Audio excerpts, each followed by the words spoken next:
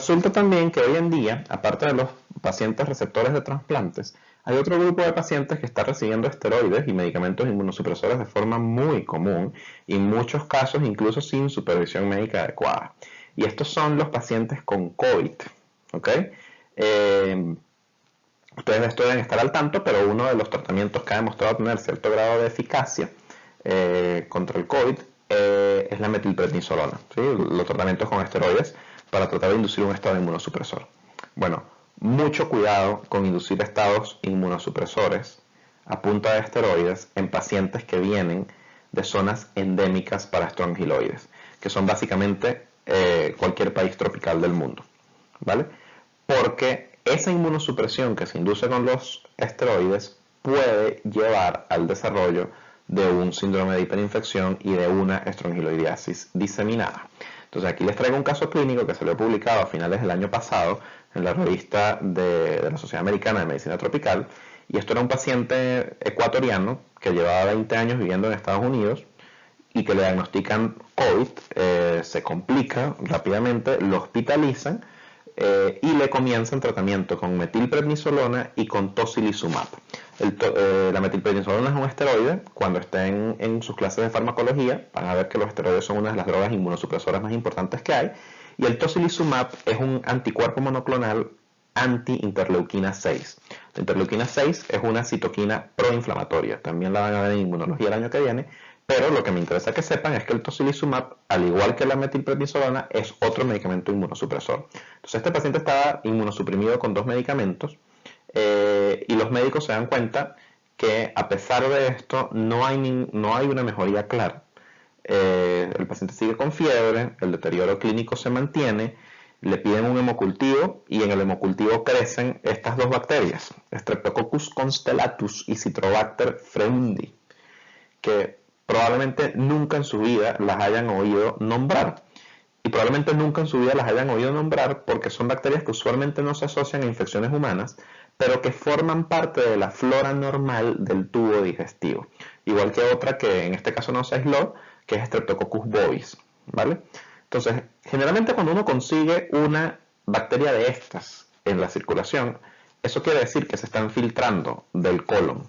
Entonces esto puede ser, por ejemplo, un cáncer de colon, que abrió un hueco en el colon y de ese hueco se están saliendo las bacterias a la sangre, o puede ser una estrongiloidiasis también, porque yo les decía que las larvas de estrongiloides están completamente cubiertas por estas bacterias. Entonces las bacterias llegan a la circulación sistémica a través de las larvas de estrongiloides. Le piden un examen de esputo, porque acá ya comienzan a pensar que pudiese haber un estrongiloides, y lo que sale es una pseudomona. Entonces le hacen un cultivo de esputo y lo que crece es una pseudomona, pero no se ven larvas, ¿ok? Entonces le comienzan, al ver que no había como evidencia de parásitos, le comienzan tratamiento con ciprofloxacina, con cefazolina y con metronidazol. O sea, aquí le están cubriendo básicamente todo, ¿vale? Le están cubriendo la flora intestinal porque le están cubriendo cocos gram positivos, le están cubriendo bacterias anaeróbicas y le están cubriendo bacterias gram negativas. Entonces comienzan a tratarlo como una infección bacteriana. El deterioro se mantiene, ¿okay? El paciente sigue mal, no responde, y se dan cuenta que en uno de los cultivos de sangre, donde había crecido Pseudomonas aeruginosa, comienza a aparecer un hallazgo muy particular. Aparte de eso, el paciente tenía una eosinofilia importante. En este momento no recuerdo cuánto era, pero era más del 6%. Entonces, ante estas 2 cosas, ellos dicen, cónchale, ya sé qué es lo que tiene el paciente. Estas son imágenes del paper. Entonces, quiero que se fijen primero en la imagen B. La imagen B es un cultivo de agar chocolate. Le están haciendo probablemente un hemocultivo. Y en ese hemocultivo ellos se dan cuenta que aparecen estas estructuras que son como unas líneas. ¿Las ven? Como unas estructuras que están serpenteando. Esas líneas son las larvas de estrongiloides, las dejan o las marcan en el medio del cultivo las larvas de estrongiloides estercolaris al moverse. Y luego observaron con el microscopio un segmento de esa placa de agar sangre y encontraron las larvas. Le repiten nuevamente los exámenes de heces y ahora en los exámenes de heces sí encuentran las larvas de estrongiloides, como las ven acá. Entonces se dan cuenta que esto se trataba de una estrongiloidiasis diseminada Estas larvas salieron del esputo, o sea que estaban también en el aparato respiratorio, y se comienza tratamiento con los antibióticos, por supuesto, porque el paciente sí que tenía una sepsis, pero se le agregan a los antibióticos ivermectina, ¿okay? Que es el tratamiento de primera elección contra la estrongiloidiasis. El paciente va mejorando, eventualmente los exámenes de heces se hacen negativos, dejan de verse larvas de estrongiloides en las heces, y se confirma el diagnóstico con una serología. O sea, se le hace una serología el día 38 y se ven anticuerpos contra estrongiloides. Se le había hecho una serología antes, al día 21, donde no habían salido anticuerpos, probablemente porque estaba inmunosuprimido también, y eso altera un poco la respuesta humoral, pero luego sí sé que se confirma serológicamente también el diagnóstico. Entonces, esto se los traigo ¿para qué? Para que vean que la estrongiloidiasis diseminada es un problema serio, es un problema potencialmente letal, difícil de diagnosticar si no lo piensan en ello, y que lo tienen que tomar en cuenta porque cualquier paciente que reciba esteroides o cualquier paciente que esté inmunosuprimido por la razón que sea, puede tener una estrongiloidiasis diseminada. Y en un contexto como el actual, en el que tenemos el COVID y en el que todo el mundo está recetando medicamentos contra el COVID, es mucho más probable que ustedes eventualmente puedan llegar a ver un caso de esto, ¿vale?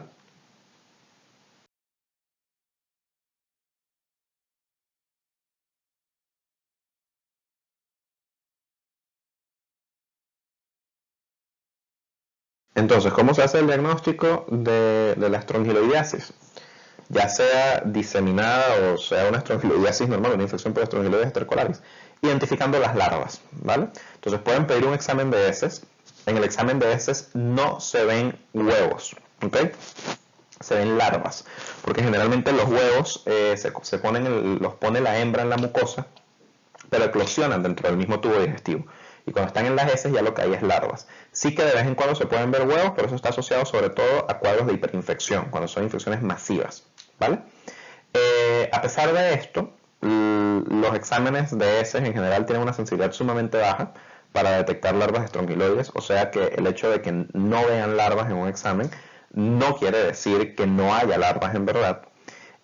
Y si hay sospecha de estrongiloidiasis, se deberían hacer dos cosas. En primer lugar, pedir exámenes de heces seriados, ¿ok? No pedir uno solo. Y en segundo lugar, utilizar algún método de concentración específico para estrongiloides, como el método de Barman o el método de Harada-Mori.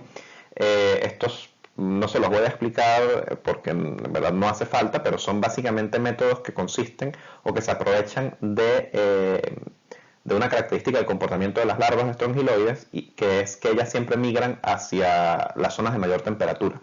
Entonces, básicamente lo que se hace es que se colocan en ambos métodos, se coloca una muestra de heces en una estructura que suele ser papel de filtro, que se pone en contacto con una fuente de agua a 30-37 grados centígrados.